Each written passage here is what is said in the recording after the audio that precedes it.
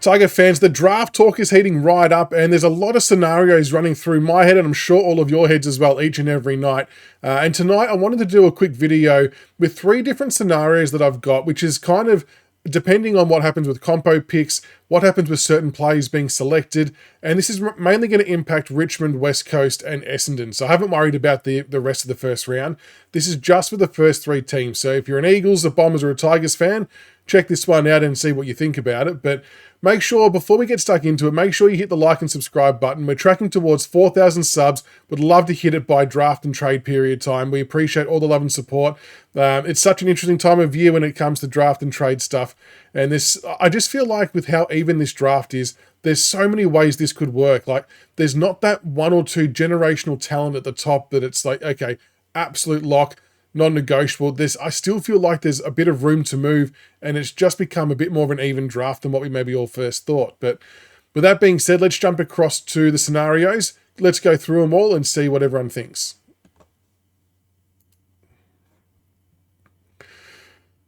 Okay, so here we go. We've got scenario 1. Now, this one, in terms of the amount of picks, this is what I think will be the most likely outcome, whereby West Coast will get the first 2 picks, we'll get the second 2, and then Essendon get the next 3 on the back of the Sam Draper compo. I mean, which really blows my mind that someone's paying that much money for Sam Draper, and they're going to do the same for Oscar Allen. They're both at the same club. Like, what is going on? But the Secret Herbs and Spices will ensure that they get a compo pick, which I think Cal Toomey might have even spoken about today or yesterday, I believe. So in this scenario, it would seem most likely, I think, that the Eagles would probably be talking about taking Dyson Sharp and Will DUURSMA with their first 2 picks. With our 2 picks, Josh Lindsay and Sam Cumming. Now, I know there's going to be a lot of talk about Sullivan Roby at one of our picks. You all know I love him. I was on him very, very early before a lot of other people caught on.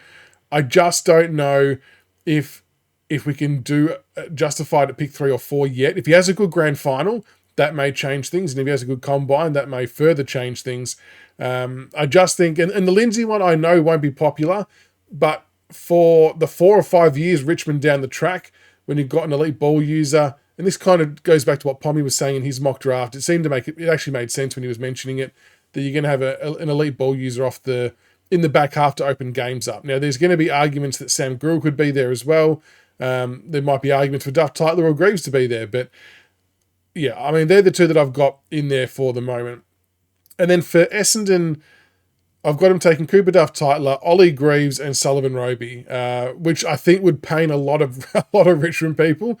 But I think them getting that 3rd pick really allows them to take someone like Roby in that spot. Not that I think it's a reach at 7 at this stage, maybe ever so slightly, but the kid's got a bit of spark and a bit of talent, right? And again, if he has a good grand final and a good combine, then I can definitely see it happening. And, you know, Essendon are sort of going to find themselves in the same spot that we did last year, where because they got multiple picks, you can kind of be a bit more adventurous. Not that that's straying too far outside of anything, but they can definitely take a bit of a punt there. And who knows, they might end up with more picks inside the top 10 or 11 with the whole Zach Merritt scenario. So that's what I think is scenario 1, and what I feel is most likely is the order of that in terms of the 1, 2, 3, 4, 5, 6, 7. Not necessarily the players I've linked. Definitely that can change, but I do think that those draft pick numbers will be thereabouts. Flicking over to scenario 2. Now, scenario 2 is probably a lot less likely to happen from a pick number perspective, where, I mean, we all do think that the West Coast Eagles will get that compo pick for Oscar Allen. Now, the unknown there, and why this could still be an option, is if they do get Starcevic or someone else via free agency, technically speaking, that should dilute that number 2 pick and push it down the order. They've obviously applied for some compensation or assistance to not dilute it.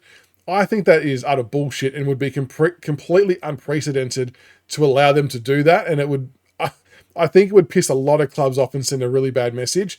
So maybe this isn't as out of the realms as what I think. The only thing I maybe didn't add is I still do think the Draper one's over the line, and it doesn't really change the first 5. It just means that the Bombers would get an extra pick at the end if that were to happen. But in this scenario, if West Coast only get the number one pick, if they only get the number one pick, I believe they would take William DUURSMA. I know there's going to be a lot of talk about the go home factor, the brother factor, which is complete rubbish, so ignore anyone who says anything about that. I think they'll go DUURSMA because of his versatility, dynamic, and he just seems to be the one that's most touted to go into that spot. That would then leave a big decision for Richmond. Maybe it's not that big of a decision. So Dyson Sharp could then be available at one of our first two picks. And even though I've been on record as saying that I think we do have a few Dyson Sharp types in our side already, I do also think that at this particular pick, you can't really look past him either. It would be close to negligent to do so. He's going to be a very, very good player. Like you could almost stamp 200 games straight onto him. He's got leadership traits. You know what you're going to get from him week in, week out. He's shown some good versatility in the champs. And I think that we would read his name out pretty quickly. The third pick is then, I guess, where things open up a little bit. Do you go with Josh Lindsay? Do you go with Sam Cumming? Again, people might want to roll the dice on a Sullivan Roby. Roby and Sharp would be nice, wouldn't it, in a dream world? But I still do think for the Richmond of 4 or 5 years down the track that Lindsay would still be a good option. Then I'd have Essendon taking Ollie Greaves, and I'd still have them taking Cooper Duff Tytler. So Essendon still come out pretty well, but what the interesting part is just what we do if they just take Will DUURSMA. And I guess in contrast too, if they take Dyson Sharp at number one in this scenario, I think we would still take DUURSMA at 2. So whichever one they don't take, I think we will take. I don't think we're in a position to pass either of those two up if they get to our pick in this scenario. Then scenario 3. Scenario 3 is a little bit of a curveball, and it's just because I really don't know the minds of the West Coast Eagles. Like, you see so many different varying reports, and you look at people like Kel Toomey and the actual experts in the area, and a lot of them are still saying that there's a very good chance that Duff Tytler goes 1. I don't know. And look, West Coast, maybe they could do with another ruckman because their backup rucks aren't maybe going to come on as they'd thought. There might be some West Coast supporters in chat that can talk a bit more about that. But in a scenario 3 world, where West Coast take Cooper Duff Tytler with pick number 1, and they don't get the number 2 combo because it gets diluted because they've taken a Starcevic or someone else, leaving Richmond with pick 2 and 3, there is a scenario 3 here where we could walk away with Dyson Sharp and Will DUURSMA at picks 2 and 3. Now, I think this would be the premium optimum outcome for us. Look, is it a pipe dream? I don't know. I don't think it's that far-fetched. I mean, those names will still be there. All we're hedging on is West Coast taking Cooper Duff Tytler, and for all intents and purposes, he's a unicorn of the draft, and there's a lot of appeal to him, and it's not out of the realms for him to go number 1. So this scenario 3 could be a live scenario come draft day, and I think Richmond as a collective team and fan base would be rubbing their hands together if we were able to land a Dyson Sharp and Will DUURSMA double, and I think that would really be some solid additions to the foundations we've got from the 8 last year, and would really propel us forward in the near future. But there you go. So there's 3 different scenarios I've sort of walked through, and there's going to be thousands more of these that could be done, no doubt, with different players in different orders. But let me know what you think in the comments below. Which of those scenarios do you prefer if you're a West Coast supporter, if you're an Essendon supporter, or a Richmond supporter? I know we can all have arguments about the players as well, so put in there, not arguments, but we all have differing views on what players will end up in what spots. And yeah, I'm keen to hear what everyone's thoughts on scenario 3 are, especially from a Richmond perspective. Would you be happy to walk away with Will DUURSMA and Dyson Sharp if it unfolded that way? Let us know what you think in the comments below.